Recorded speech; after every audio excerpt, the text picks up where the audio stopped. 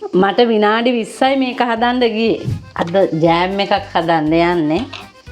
රතු නිල් දම් ගෙරි ජාති ටිකක් දාලා තමයි ජෑම් එක හදන්නේ. තව ස්ට්‍රෝබෙරිත් තියෙනවා මේකටම දාන්න.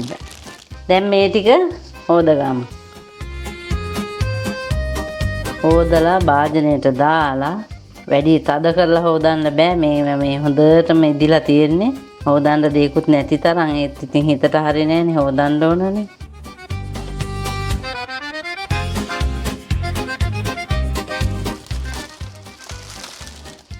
මේක ගොඩක් ඔක්කොම දාන්නේ මේකෙන් භාගයක් වගේ දාගමු. අපි අද මික්ස් ජෑම් එකක් හදන්නේ.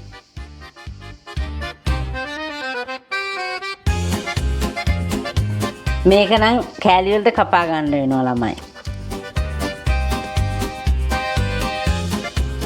ඒ අතට මේ අතට ඒ අතට මේ අතට කපන එකයි තියෙන්නේ.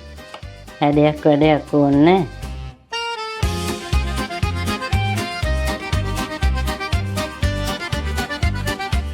දැන් මේකට අපි අවශ්‍ය දේවල් ටික දාගමු. ජෑම් හදන්න ගන්න දේවල් දාන්නවනේ තින්නේ.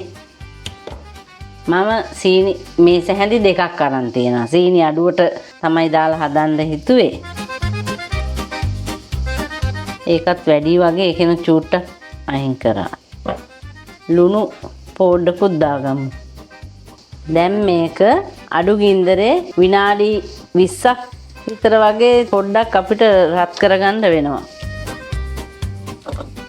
මේකට මම වතුර නම් දැම්මේ නෑ. මොකද මේ ගෙඩි වල තියෙන තෙත ගතියත් එක්ක එද්දි මට හිතුණා වතුර එයි කියලා. සාමාන්‍යයෙන් ජෑම් වලට වතුර දාන්නේ ඒකේ ඉස්ම වලින්මනේ ඉඳන්නේ. ස්ට්‍රෝබෙරිත් හොඳටම ඉදිච්ච හැබැයි අහු වෙලා තියෙන්නේ.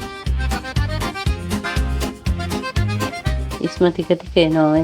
මේවා තියෙන වතුර එළියට ආවම සීනිත් එක්ක රත් වෙලා ඉද්දි හරියයි. මං අද පාවිච්චි කරපු ගෙඩි වර්ග එක විදිහට ගුණයිලු. මේකේ ගුණාත්මක දේවල් දන්න අය පොඩ්ඩක් කමෙන්ට් වලින් දාන්නලා ඉතින්. මිරිතිල්ලි තියෙනවා. මේක බ්ලැක්බෙරි, මේක ස්ට්‍රෝබෙරි, මේක ලම්පෝනේ කියලා එකක්. මේක දන්නේ ලංකාවේ තියෙනවද නැද්ද කියන්න නම් මම දැක්කේ මෙහෙන් තමයි මේක. ඉතින් මේවයි ගුණාත්මක වටිනාකම දන්න අය කමෙන්ට් කරන්න ඉතින්. මේවයි තියෙන වතුර ටික සේරම එළියට එනවා දැන් මේ. සීනි ගහත් ඇති මං හිතන්නේ. දැන් මේක පොඩ්ඩක් මේ ඉස්ම වලින් තැම්බෙන්නම තියමු. කලතුරු සුවඳ හොඳට එනවා. මේ වගේ ජෑම් එකක් හදාගෙන කන එක කොච්චර ගුණද කඩෙන් ගෙනල්ලා කනවට වැඩිය. පොඩි අයට එහෙම ඉතින් ගෙදර හදලා දෙන එක තමයි හොඳ. පළතුරු ටිකක් ගෙදර ගෙනල්ලා අන්නාසි ගෙඩියක් ඒවෙන් හදා ගන්නලා පොඩි අයට දෙන්න.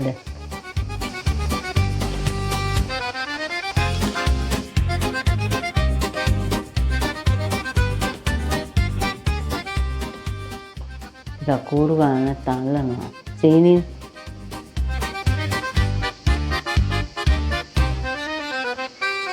ලස්සන පාටක් එනවා. ළමයි තව ටිකයි තියෙන්නේ හැදෙන්න. දැන් ජෑම් එක හැදීගෙන උකු වේගෙන එනවා. තව චූට්ටක් තෙත ගතිය වැඩි. දැන් කෑලි හොඳට තැම්බිලා බෙරි වෙලා තියෙනවා.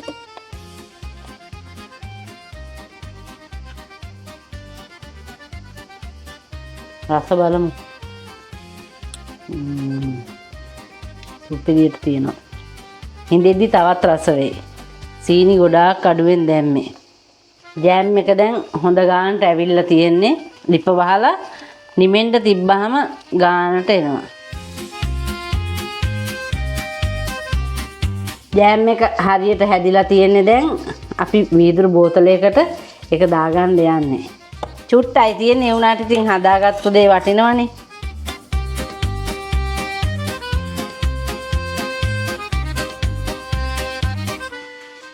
මේ වගේ දෙයක් ඉතින් ස්වභාවික රසයක් එන්නේ නෑනේ මේ අපිට කඩෙන් ගේන එකේ. අපි පොඩි පාන් පෙත්තකට ගාලා කාලා බලමු. මං සාමාන්‍යයෙන් කන්නේ දුමුරු පාන්. අන්තිම වින්දුවටම ගන්න ඕන නැත්නම් අපරාධෙනේ. අපි නාස්ති කරන්නේ නෑනේ ඉතින්. පොඩ්ඩක් හරි නාස්ති වෙනවා නම් අපි ඒක කාලා බලන්නම් රහ කොහොමද කියලා. නියම රහයි. ඇත්තටම ඔයාලත් පොඩි අයට එහෙම හදලා දෙන්න ගෙදර හදාගන්න මේ විදිහට පළතුරු ටිකක් ගෙනල්ලා ඒක ගොඩක් වටිනවා. මට විනාඩි 20යි මේක හදන්න ගියේ. ඉතින් ගෙදර හදාගෙන කන දෙයක් තරම් වටින්නේ නෑනේ නේද ළමයි. මේ පළතුරු ඕනේ නෑ. ඔයාලත් කැමති පළතුරක් දාලා හදන්න. දැන් පොඩි අය කන්න ආස දේවල් තියෙනවනේ.